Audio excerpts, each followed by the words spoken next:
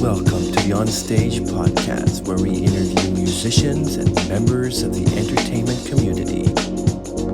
Hello, everyone. Welcome to another podcast. You would not believe who we have on our platform. We have what is considered to be the Canadian version of Nadia Eide, who's also a coloratura soprano opera singer.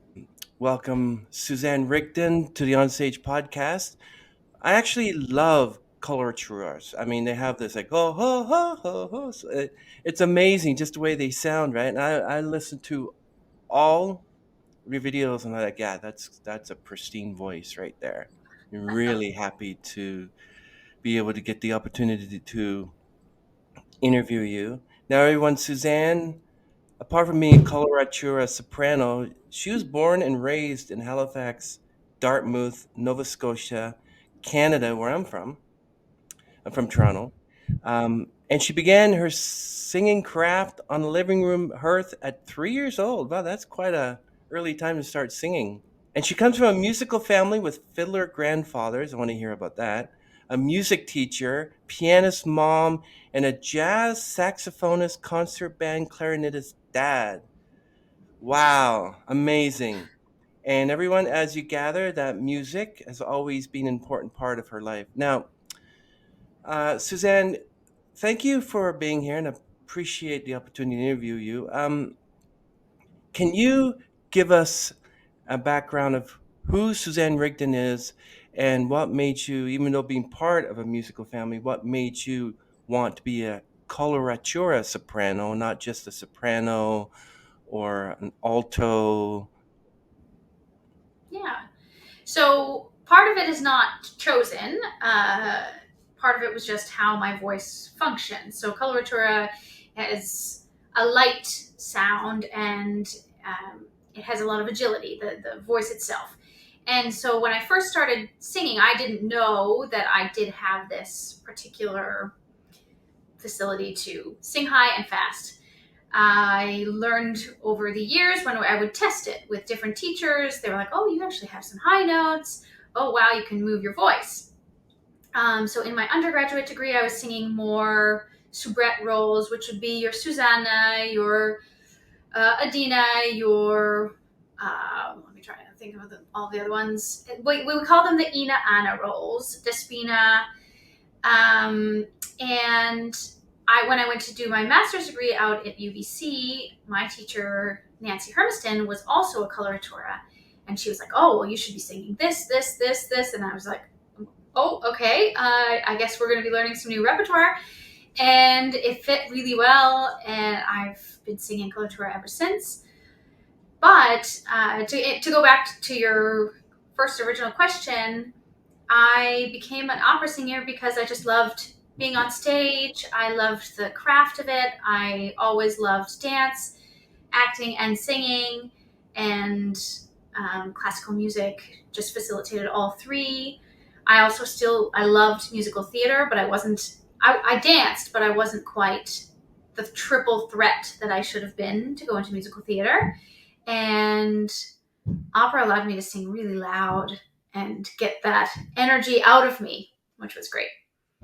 It's beautiful. But when I'm reading that you have a clarinetist dad, a pianist mom, and fiddling violinist grandfathers, why didn't you choose one of those instruments? Why did you just say, I'm not going to do that? Well, we were starting the family band. That's why we have to have a singer.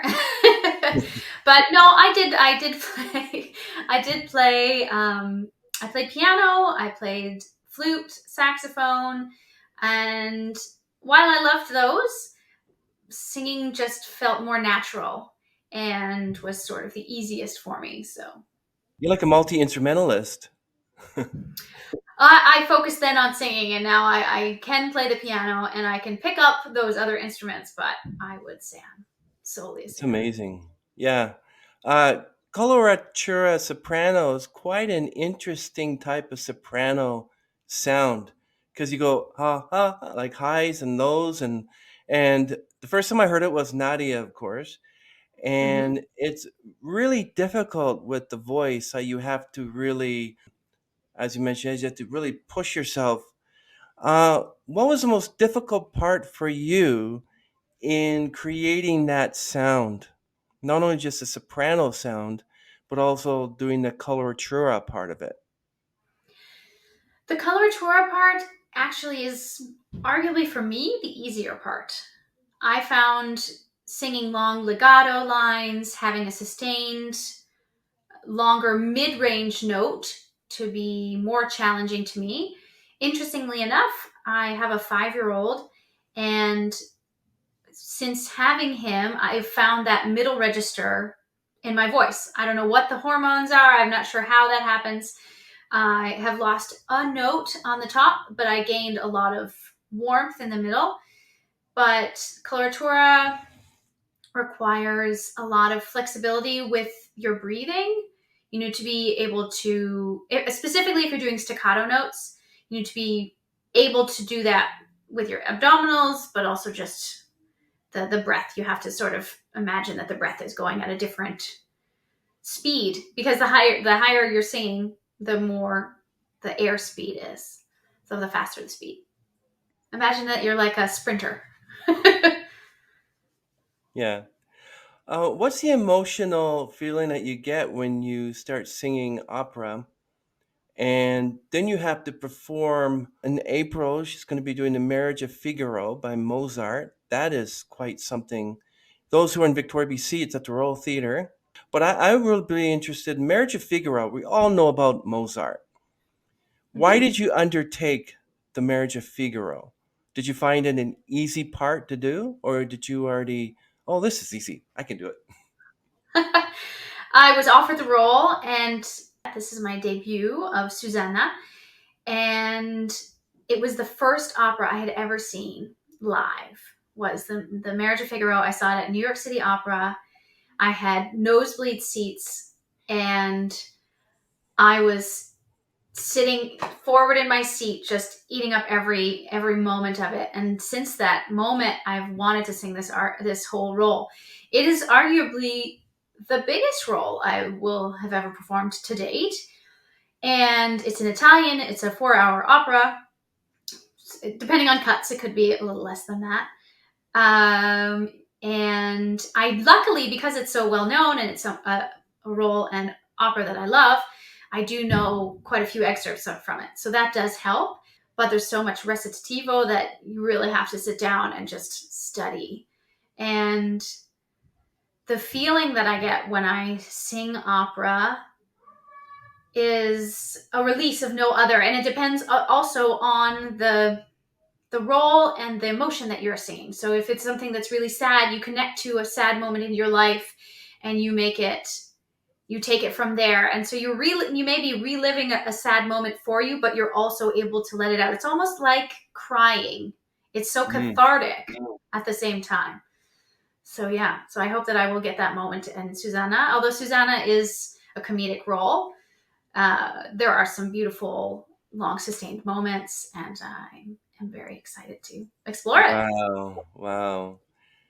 Um, how do you keep yourself sane? Like, how do you deal with your mental health when you have to go through the rigmarole and the routines and everything just to get your voice up to par? Isn't there a time when you're just suddenly singing and your voice just doesn't go the way you want it, and yet you're in Oh front yeah, of all these people? What do you do to like? Uh-oh. you breathe. So if there's a moment that you're doubting in a show, if you go back to the breath, which is the base of all singing, if you find a nice relaxed breath, you will find your path again. But the other thing is that we've practiced enough and for long enough that you will find your way. If you trust your technique and all of the hours that you've put in, then magically you find your way back. And that's something that I love about opera, actually, is not the moments where it goes perfectly, but the moments where there is that something goes wrong, say a prop is missing or someone jumps a bar or whatever, it happens, it's live theater. That is the moment I love the most, because everyone on stage goes into this hyper focused mode and everyone comes together as a team and we all just make it work. And yeah, I have to admit that I love the beautiful high notes and the beautiful music. I love all of that. Don't get me wrong. But one of my favorite parts is when it doesn't go exactly the way it should. Oh yeah, I can imagine. Um, do acoustics matter for you? Like whenever you want to sing in a venue or you're told about the venue, do you have to do a little bit of practice opera to say, okay, the acoustics are fine, or oh, these doesn't sound very good. They're not going to get an idea of what my voice can really do. Like, what's your reaction to that? Yeah, no, acoustics are very important because it also, if you're not getting any feedback, so say there's a very dry hall, you have to, you don't want to ever push your voice. So if you're not getting any feedback, you need to know that ahead of time, because if you just go out there and you think that, oh no, I have to sing louder because I can't hear, you just have to trust your voice, trust that it's carrying the way it should. And yeah, ideally, you're going to always have a beautiful hall, but you don't always. So you just have to hope for the best and trust your voice. So, what about conductors? How do you keep up with conductors? Is there some time when you just can't be in sync with them, or is there like a pre-show where you know that the conductor is going to go like this, and with your voice you're supposed to go like this? Or sometimes does he change it where you're like, wait, we didn't, he never told me he was going to do this. So you always are going to have a rehearsal, which is great. And things happen, whether that be a tempi is not exactly how you expected it. Generally speaking, in a show, if something is not going exactly the way you want it, you are able to connect with the Mhm. other person. And if not, you just go with it. The show must go on, as they say. Yeah, I've talked to many musicians. They say the same thing. What happens when you make a mistake on stage? They say, go with it and accept your mistakes and move on. Yeah. And apart from maybe a few say, "Oh, I just decided to break my guitar and walk out." It's like, okay, what kind of attitude is that? I don't have a guitar generally to break, so No. have to. So, do you have like an understudy? So, like, if you can't go on or you can't do the show, do they have someone that they put in your stead, or is it like, oh, well, you know what, Suzanne, you can't go on, and we're gonna have to cancel the show? How does that work?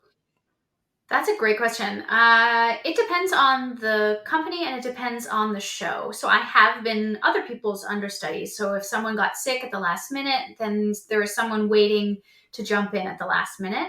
I actually don't know for my next production if there is someone, but luckily it is a show that everyone knows. So there would be someone in Canada that they could call up last minute, even if they sing it and I walk it, or however they would like to do that.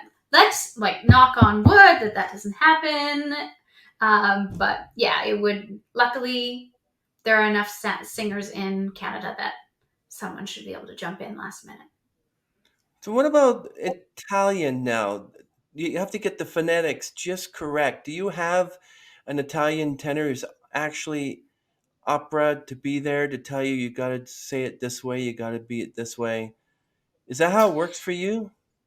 So we would have a diction coach generally. I just have different coaches that I work with who are who are native speakers and will help you just finesse those little things. But we learn it in school as well. We learn the International Phonetic Alphabet, which helps a lot. So you can look and you know what that symbol means, this vowel.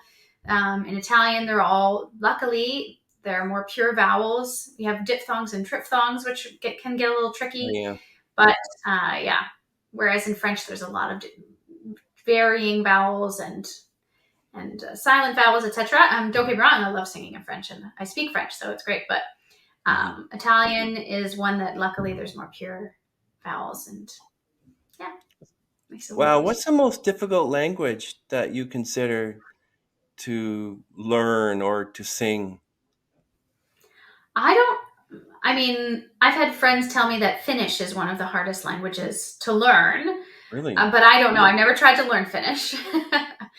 But of the languages that I've sung in, I sang in Mandarin, and that was a challenge just because they had the Really? four tones. Yeah, but Mandarin. I sang one song, and I sang it in China, And I must have said a word wrong because everyone was giggling and it wasn't a funny song. So I figured, and I didn't fall, I didn't do anything strange. I just think that I might have said the wrong word.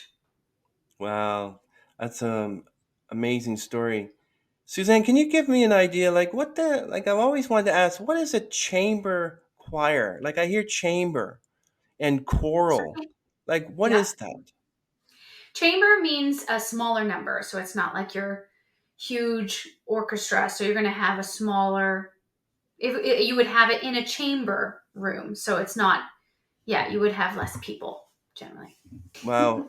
I was actually watching your Lacme duet by Canadian Operas on the paddleboard in Berlin. Like seriously, you sang on a paddleboard. That's Yes. amazing. I loved it. I loved it. Thank So you. how did your voice match with hers? She and I know each other very well, and we have performed together in many different places. And that was just a test. We thought, hey, why don't we try it? We can do this, do something kind of wild.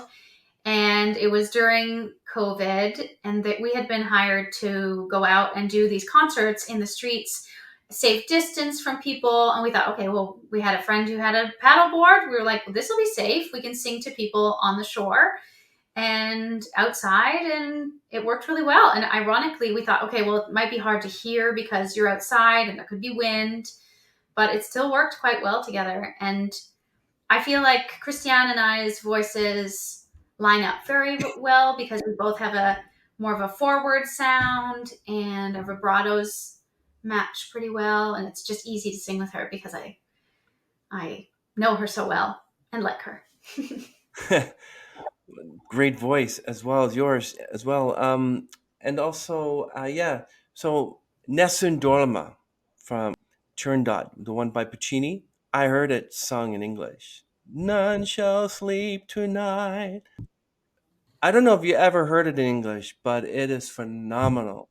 Now, Nessun Dorma is one of the most difficult songs to sing. You've actually sung that one, I think, haven't you, at one point? That's a tenor aria, yeah. So I imagine it being pretty tough just because it's sustained, it's well known. Sometimes the well known arias are actually a little bit more stressful because everyone knows it and expects something. So you're expecting the sound of Pavarotti or someone, and you're like, well, wait, no, that's my voice. You should expect something different. But yeah, so I imagine it to take some time. Learning any aria takes depends on how comfortable it is for you, how often you've heard it, and yeah, I Wow. would say a couple. Well, I can't put a number of hours on any one aria. If I learn something quickly, I can learn it, you know, within an hour or something. But memorize is different, and there are many different factors. That's amazing. I asked you a question because I thought you like. I'm surprised you've never heard a female sing it. Lucy Kay sang a great version of it. Oh, Amazing version. She undertook it very well, and that's why I asked you because I thought maybe you had tried to attempt it. But yeah, it is meant for the tenor. I'm seeing mm-hmm. Tosca actually down here. We have a place called the Living Arts Center. That's my favorite opera.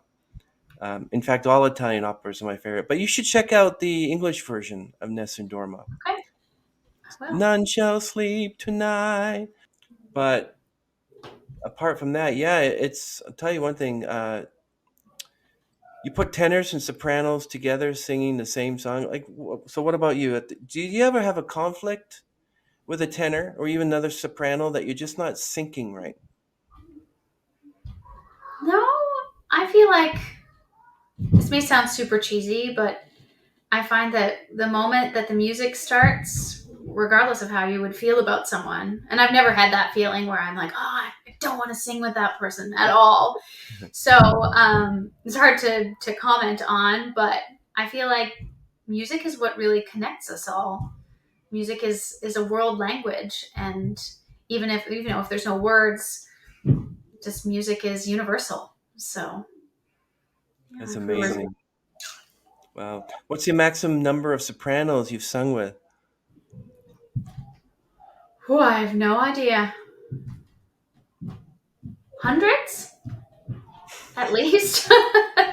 Probably. I mean, with a voice like yours, yeah, probably. Like, I mean, like singing on the lake like that. That's it's just incredible. Like, opera is my favorite, and I have tried to learn the Italian phonetics, but it's kind of difficult sometimes because you have to say nessun dorma. Mhm. Or like with the rolling R, you can't say nessun dorma, even though they'll understand it. Talking about people will laugh, say, "No, if you're gonna say nessun dorma, say it right. Nessun dorma." It's like it's quite a song. So tell me about your clarinetist father and the rest of your family who uh, like your pianist mom, and also you played the flute in school band. What is that like for you? I mean, I don't know any other way. My parents and I connect through music. It's something that brought my parents together.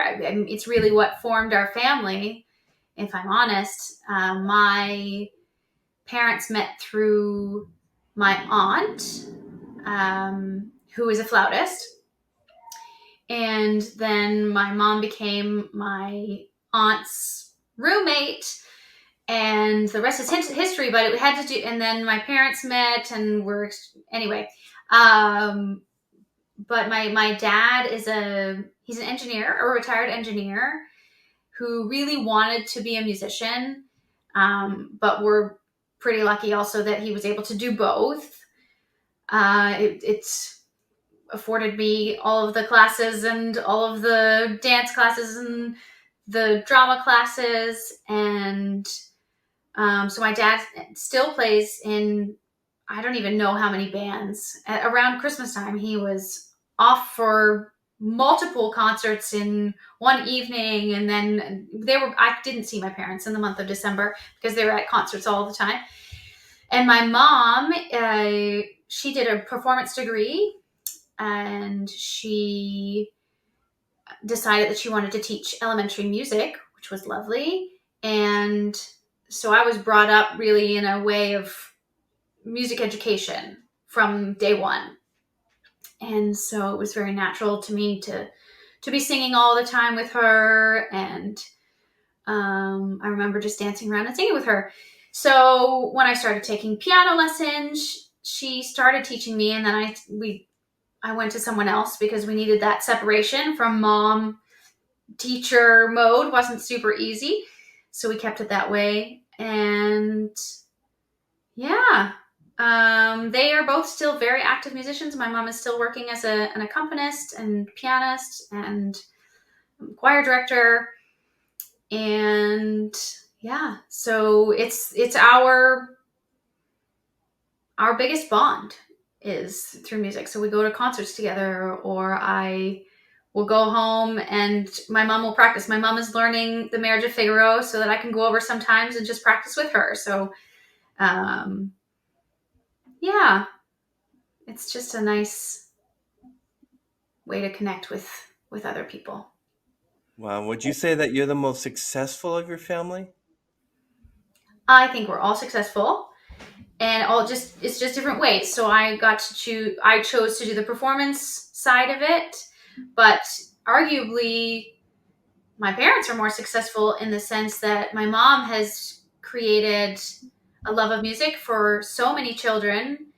And whenever we were walking around, my mom knows everybody's name, and they all remember her as their music Wow. teacher.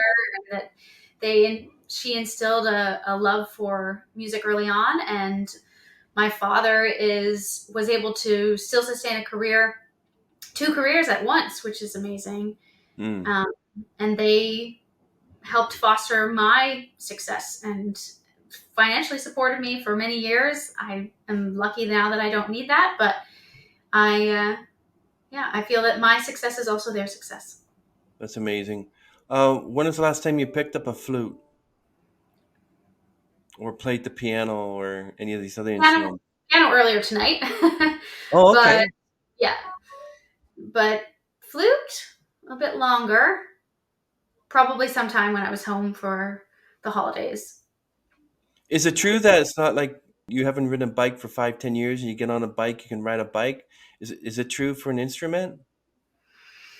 Yeah, but you have to get your chops back up, so they say. I mean, you're never going to really forget the fingering, but you know, you need the practice in order to be as good as you last were, if that makes sense. Hmm. Yeah, I spoken to a tenor by the name of Ralph Barnes, and it was when like he had a really bad thing in COVID, and he couldn't sing for 5 months. Oh wow. So for a soprano voice, if something like that happened to your voice, whatever, and you didn't sing for 6, 7 months, what is the first thing as opera singer would have to do to get back to where they were? Are there rituals? Are there medication? Are there diet? Or it's just a matter of going blah blah blah whoa whoa whoa whoa whoa, and you keep doing that every day for like 5 minutes until you're, hey, I can do Tosca now. Yeah. Well, I would say more the latter. We it takes. I mean, I'm imagining it was hard with COVID. It was breath support, right? Hmm. Um, so it just takes time getting back into your body. I've gone through times where there have been small breaks, and you just get back to the technique of it all. Like go back to the basic exercises, breath technique, you know, moving your air, making sure everything is staying relaxed. And well, actually, I'll give you an example. So I was testing myself. So I hadn't sung the Queen of the Night in quite some time, and I was asked to do it recently for something that's coming up here in Halifax. And I was like, yes, I can do it. I know I can. And the first time I had sung it, I had the three out of the four F's were perfect, and then the fourth one wasn't quite exactly the way I wanted it to be. And that's in the second aria of the Queen of the Night, the one that we all know. Anyway, and so I was testing myself. I said, look, I'm going to give myself some grace and some time, and I'm going to make sure that this works. I know I can do it. So there's also a lot of trust. You have to remember, I know that my body knows how to do it. I just have to do some different exercises for the Queen of the Night because it's so fast and because it's staccato. So I just started with the easy, the exercises that I know work for this aria. Luckily, it's something that my body knows well, and after one day, it was back just from doing the simple exercises of the. My son is crying somewhere. Sorry. And yes, so I just had to trust, and it came back. Yeah, that's what you knew. Oh, your son's a tenor. I heard a little bit of an Italian opera thing in there. Yes, kids are very good at that wail, but it's actually very interesting how natural it is. They could all be singers because of the Yeah, crying. I bet you he's going to follow in your footsteps, either as a tenor or singer or punk rock band. You never, you don't Who know. knows? Yeah, But he's actually a really great singer. I've heard a 9-year-old opera singer and a 4-year-old opera singer. So there's no ageism in opera. I was just watching a video of a 96-year-old opera singer. She still got it. Still got it. Wow, Yeah, amazing. I'm just amazed. Next to Andrea Bocelli and Matteo, and one thing about Matteo, though, Andrea didn't even know that he could sing until recently. He never even What? sang. Yeah. And then when he found out that he had the chops, he had the tenor voice, he was like, was shocked. It was kind of amazing, but he's also good at it. It runs in the family. So Yeah. no doubt that your son would end up going, hey, mom, check this out. Nessuno. You never know. Is it, can I answer that if weather changes the pitch of sound of the voice? For instance, you were doing this song with her. It looks like you were doing it in the summertime or some sort of springtime. If it was Mhm. winter, ice, lots of snow, would you still get the same sort of sound? You have the same sound. I wouldn't want. Well, no, I've sung outside in wintertime.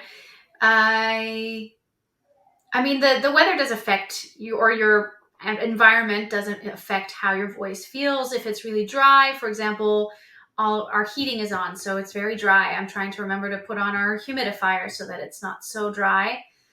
Um, but you can combat that by just staying hydrated. That's the main thing for voices, is to stay hydrated. So certain things like coffee can actually affect it, because it's a drying substance. But if you combat it with lots of water, then you're sort of equaling that out. But yeah, no, with the weather outside, I'm happy when it's raining. That sounds bad, but there's lots of humidity. And other than that, yeah, it doesn't really change how the sound comes out. Whether it's more challenging, maybe just due to dryness. But yeah, if you're singing in -40 in Montreal, it's probably going to be dry. Yeah, Ideally, you're not singing outside. but there is an actual choice of drink to open up the vocal cords. I hear is lemon water, I believe. Maybe Yeah. carbonated water. What about you? What's your drink of choice to open up those vocal cords so the beauty of your voice comes out? This is going to sound really kind of boring, but water truly is the best one. But if I'm going to choose something else, I would choose tea, Hmm. an herbal tea, or just even water and lemon, like you said, water, lemon, honey, sometimes ginger. That sort of takes off all of the phlegm if there's any residual phlegm. If you're feeling the biggest challenge, actually, to go back to your last question, is when you're feeling a little bit under the weather. You have to focus way more on the technique and be careful, because you don't ever want to hurt your voice. If, say, your vocal folds are swollen because you've been coughing or you're on the verge of getting sick, you need to be really careful with your voice in those moments, which is also another thing, that you can be drinking the water and lemon, or honey, lemon, ginger, etc., just to sort of take any phlegm off and try and relax it as much as possible. And then you have to go out and practice and use acoustics up probably in a venue to figure out, yeah, I think I'm ready for Saturday night or something like that. But Yeah. what if an hour from now they call, okay, you're on stage, you got to sing this? How would you prepare for that? Oh, I would probably grab the music first, grab a bottle of water, um, and try and stay as focused as possible. Try and stay calm. I would actually probably do a little bit of yoga just to make sure that those nerves don't get me. Try to remind myself of my breath and just go with the flow. Just jump right in. It's, as I said earlier, the show must go on. So it's going to happen. And you have to be kind with yourself, because that kind of situation can be stressful. And if you expect perfection, we all want perfection, don't get me Hmm. wrong. But if you expect perfection and nothing is good enough for you beyond perfection, then you're going to be disappointed, because nothing is perfect and art isn't perfect. It's what makes it beautiful. Yeah, it's very beautiful. As coloratura soprano, aren't all sopranos coloratura? What's the lowest note you can do? Probably a G or an F. I have to count it, which one it is. Hold on. One, two, a G3, I A think. G3? Yeah. So how do you, if you look at your piano and you count from the bottom, so like you would start counting, the first note is an A. So your first G is G1, G2, G3. So like that's the note that I would be comfortable singing on stage. I can sing a little bit lower than that, but it sounds more like, um, for lack of better words, a little bit like a burp. Like you don't want me to sing that for everyone. It's a Maybe G it's would part of be the as low opera as called Burpolacena. What do you think goes through singers' heads that, okay, I'm a soprano, that's my vocal range, or I'm a mezzo soprano, or I'm a tenor, or I'm a falsetto, an alto. Is Mhm. there a certain like reason for that? Like, is there a feeling that you get? Is that Yeah. the right question to ask? I don't. Yeah, no, that makes sense. So, when it comes to deciding what voice type you are, it's not about choosing it yourself. So your tessitura, what is your comfortable range is, will dictate what voice type you are. So I would never be a mezzo because my lowest, my low notes aren't my money notes. I can sing low, but that's not where I feel comfortable. I'm much happier at a higher range. And so, generally speaking, people aren't saying, like, today I am going to be a soprano, or when it comes to genre, that's different. You can choose, okay, I want to be a musical theater belter. You can learn that. But again, that's never, that generally speaking, it's not going to change. Like a tenor is comfortable in a specific range, a bass is comfortable in a specific range. And so, when it comes to more in German, it's called a Fach system. That's somewhere again. That's even more deciding on. Okay, well, this I like to. So I'm a soprano, but I'm a coloratura soprano because I like to sing quickly and high. So that's where my voice is most comfortable. Whereas someone that has a bigger voice than I do is and loves long lines. They're more of a dramatic soprano. And then a soubrette is lighter and can move up and down. They have a little bit more to the bottom of their voice, for example, can do those soubrette roles, etc. So they have like different categories even within, at least I'm speaking for the classical musical. But yeah, so there's even more divisions within like each voice type that we're talking about. And when it comes to the pop stars, they're also, yeah, there you have the same categorization. For example, Mariah Carey would actually be a coloratura soprano Mm-hmm. because she has that ability to sing really, really high and also moves a lot, and she just is comfortable up there. And she can sing way higher than I can. Yeah, that's is that you said your higher is a G5? Is hers I higher than that? Hold on, now I gotta count it again. I know this. I think it's six, but hold on. One, G6, two, yeah. three, four, five. Yeah, six. So I have sang an A6 before, Wow. but I don't perform that. The highest note I've ever performed is an F sharp six. But what if you want singing jobs or singing projects and you have to do a high or a what you if you can't do it, you wouldn't take it, right? Yeah, yeah. That's the. I mean, that's that. Singing that high is very specific, and that would be maybe written for a certain person who is able to do that. But generally speaking, that's not really a note that is written in. The highest note that I've seen is F or the F6 or F sharp six. Yeah. Yeah, I can imagine like how you practice that. So when it comes to Zerbinetta, Suzanne, Mhm. how did you prepare for that? I learned it all phonetically first, German. You learn the translation, you learn what you're saying. I had learned the big aria for my audition, and that was exciting. But again, it was one of these roles that I really wanted to do and was motivated to put myself forward for it. And I coached with a lot of pianists and voice teachers and got a lot of feedback. And then you get into the fun part of memorizing, and then you take it on stage. You get your rehearsal period, which is about 2-3 weeks, and then you put it on the stage. Wow, how many Italian operas, German operas, like how many do you literally know in your head automatically? If someone say, "Okay, sing Zerbinetta right now." Could you do that? Not Serenetta right away. I would have to look at it again. But ironically, if you've learned something really well the first time, so you take the time, you really let it soak in, it comes back a lot faster. So if it's something that you had to learn quickly and at the last minute or whatever, then you're not going to retain it as well. Servinetta is one of those ones that I took an entire year to learn.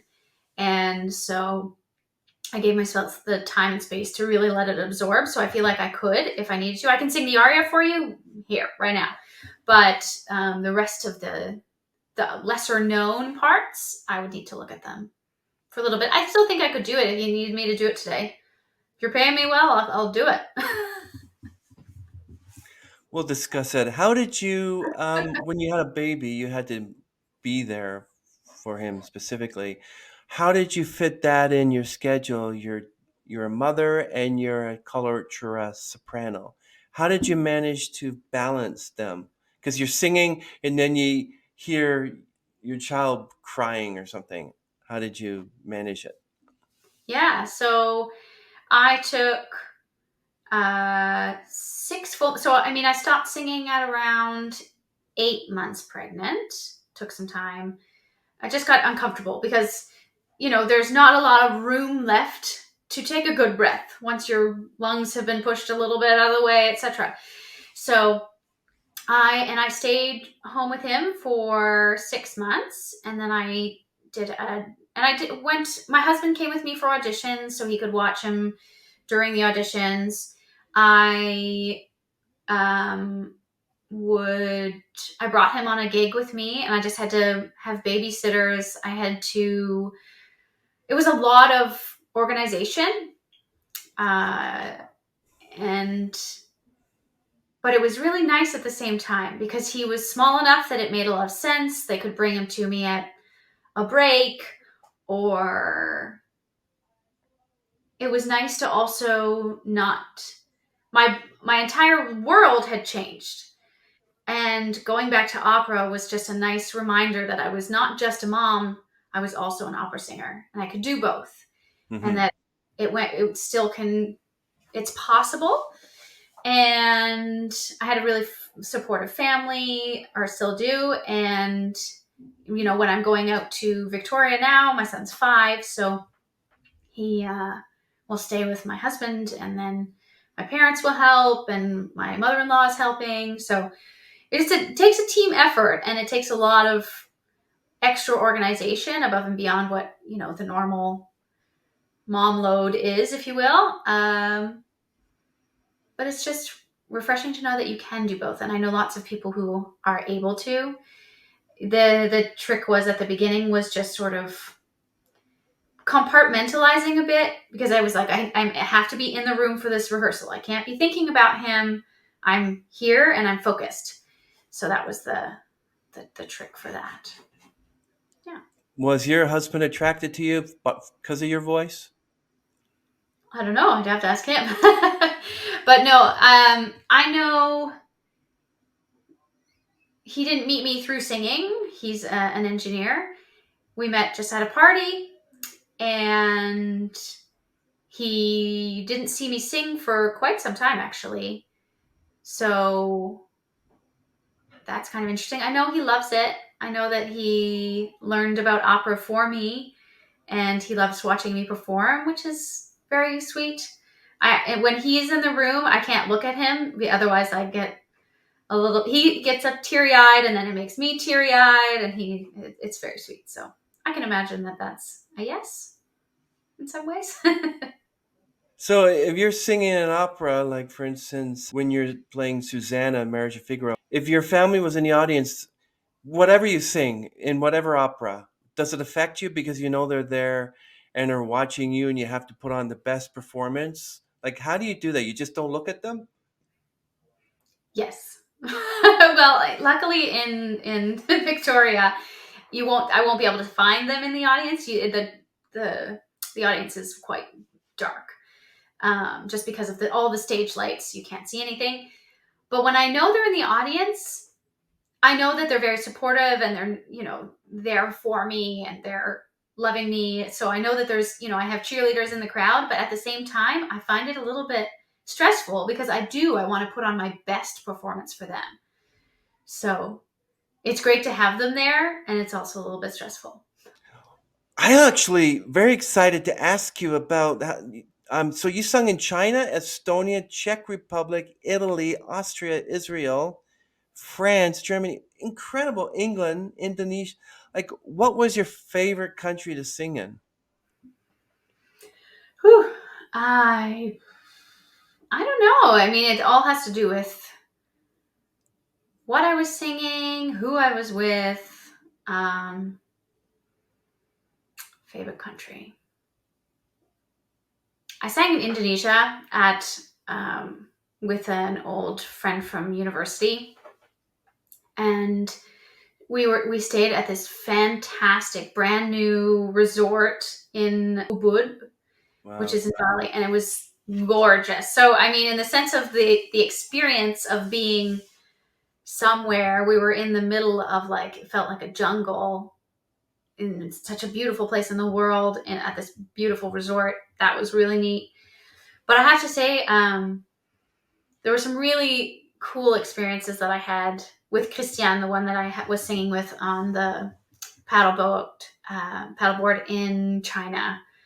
We did a whole bunch of concerts back to back, and I had some of the most interesting and funny moments I will have ever had in my career, probably, with her on random stages. For example, and it's not even necessarily like the big stages that I remember most. It was the little things that went wrong, or just experiencing things in a different way. One place, they had just bought a new piano and they just unwrapped it, but what I didn't know is that a piano needs to sit in a space for a couple of days to sort of acclimatize to the space and the humidity, etc. And they tuned it before the beginning of the show, and at intermission, it was completely out of tune. And we were like, "Oh my gosh, what do we do? The piano is completely out of tune. What, like, do you Oh, choose one of the notes? Like, what if I choose the wrong? Like, it was just wild. I mean, you'd never know. Like, I didn't know that about pianos. So anyway, that's an there you amazing go. story. And then you include concert series on board Celebrity Cruise Ship Reflection, sailing Caribbean. So, gotta ask, who were the celebrities on this cruise ship?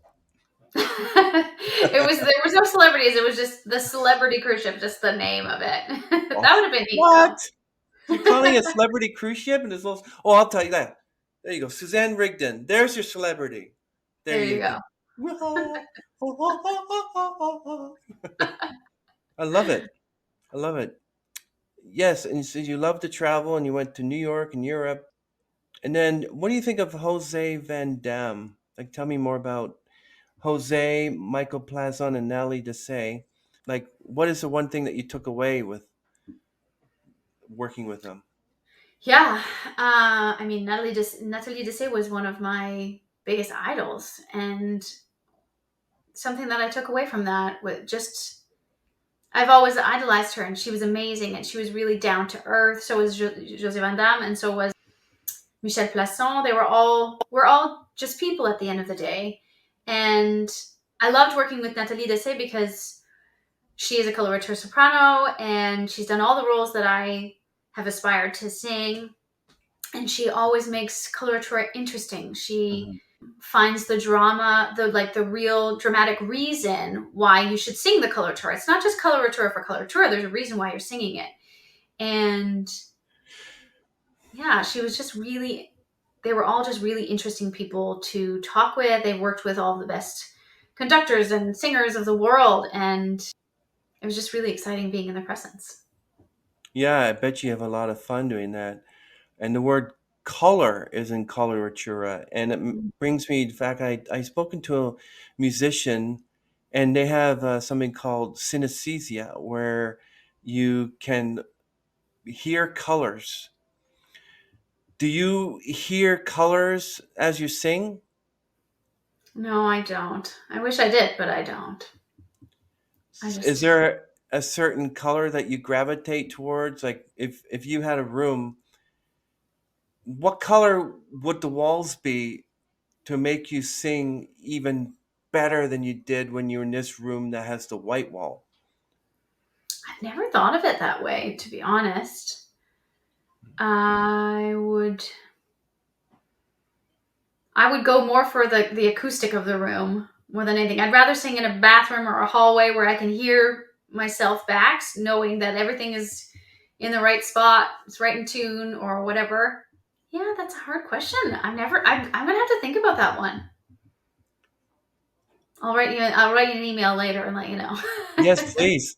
Because whenever I go in a venue, I always see that, okay, well, there's like a purple, green, a blue light over here, the wall here. I think it's sort of like calm colors. Like you wouldn't Mhm.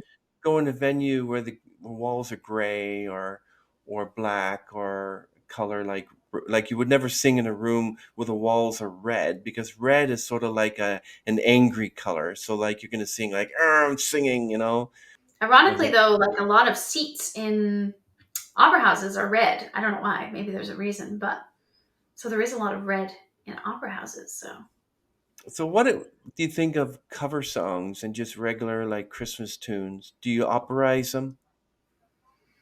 no, I try to sing them more in the style that they were written. I grew up on jazz. My dad, like you've said, is a Mhm. clarinetist and jazz saxophone player.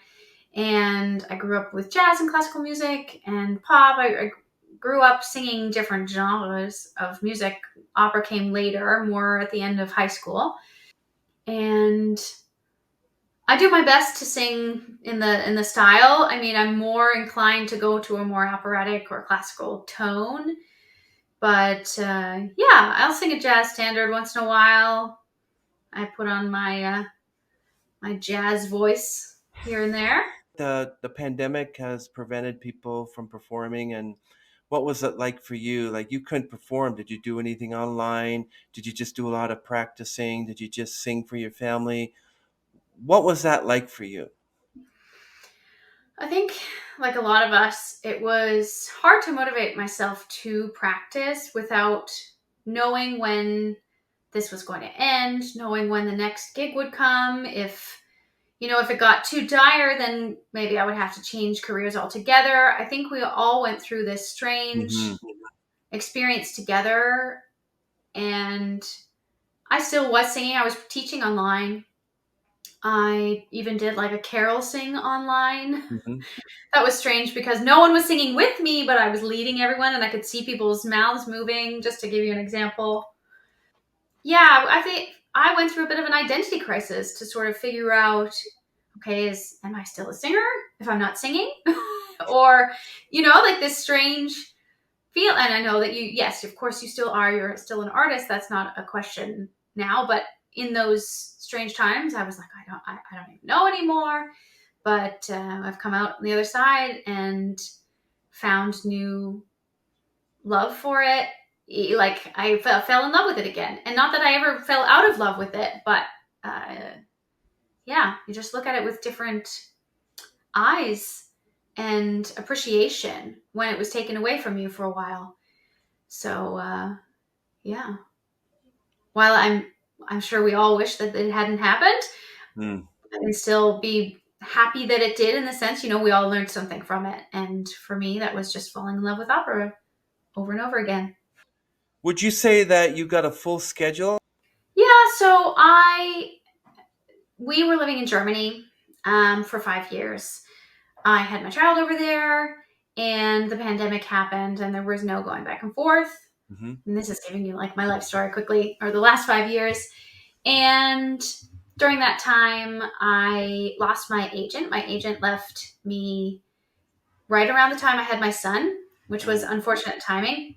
So that was also something that happened. I could sort of question myself, is it me? Have I done something wrong? But through that time, I wasn't sure. I wasn't sure what I was meant to do. Last last year, we moved back to Canada, Hmm. and we now live in Halifax. I taught at the university for the first 4 months. I taught diction Mm. at Dalhousie University, and so that was a great way to just kind of get involved. Things were just up in the air for quite some time, and I was singing locally in Berlin, but just taking things that would come to me. I wasn't actively out in the world, like auditioning for a couple of years, which is probably why there's like a lack in my schedule. I took a job even at a hotel, and I'm enjoying that, learning a different career, but I have now gone down to part-time so that I can prepare for Suzanne. And I'm just taking every opportunity that comes my way and grateful for those things that do. I have been really lucky with Pacific Opera Victoria. They're wonderful and I love working with them. And I do want to make sure to start like reaching out again now that I'm back in Canada to those people and hoping to fill up that year a little bit more. I just co-founded Opera Atlantic, which is what you're seeing there, for the Opera Kitchen Party. Wow. So we are aiming to do operas in town here in different venues and different ways so that it makes opera a little more accessible and brings it to people here on the East Coast in a way they haven't experienced before. So we're doing our opera kitchen party so that it's more of like an East Coast vibe and sort of opera pub kind of thing that you might have seen in Toronto, but just a slight difference with how we're going to play ours. And I also was a part of Musique Toi Femme, which was a foundation and organization that's just still happening. I'm the president of the board now, but I was a co-founder of that as well, which is supporting and fostering female and non-binary opera creators in Canada as well. So part of my last 5 years has also been creating opera opportunities for other people as well. I have had a really great run. I've been in this career for 15 years, and Coloratura's shelf lives are a little bit shorter than a dramatic soprano. That's not always the case. It depends on the singer. Our voices change over time. And like I said, I have more warmth in the middle, but I still luckily do have the top, which is great. It just also allows me to do the more like slightly bigger things. I sang Violetta this past year. I also sang Fan tutte. I was Despina. And yeah, we are all constantly in flux and change, and I'm just going with the flow. I've always given myself the allowance and grace to just let life happen. Don't get me wrong, I seek out opportunities when I can. I'm just trying to see where life takes me and what my interests are and continue with that. So one of those things is Opera Atlantic. Am I under the impression that your playlist and your music, that's some that hold a sentimental value or has inspired you? Uh, would your playlist contain just opera music, classical music, or would it be a mixture of everything? Mixture of everything for sure. Maybe not like death metal, but yeah, no, I would say folk music, musical theater music, or jazz, hip hop, pop, opera, classical.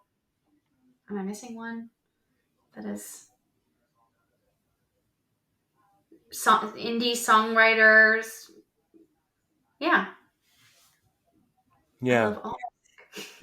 I actually have a playlist on Spotify of classical music, a separate one for operas, Pavarotti, Bocelli. Yeah, but I have a playlist of other all sorts of things. I want to listen to rap, but I like the regular artists, like like bands like Imagine Dragons.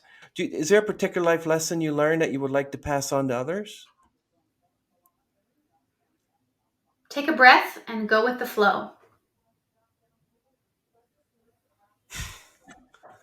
That's quite a nice life lesson there, Suzanne. I love it. Well, I don't know. That's just what is coming to mind right now. That's amazing, Suzanne. I really appreciated this interview. Wonderful, wonderful. Keep singing. Everyone, we're going to end this stream. Thank you very much for joining us, and it's a pleasure. So stay right there, Suzanne. Okay, everyone. Suzanne Rigden out.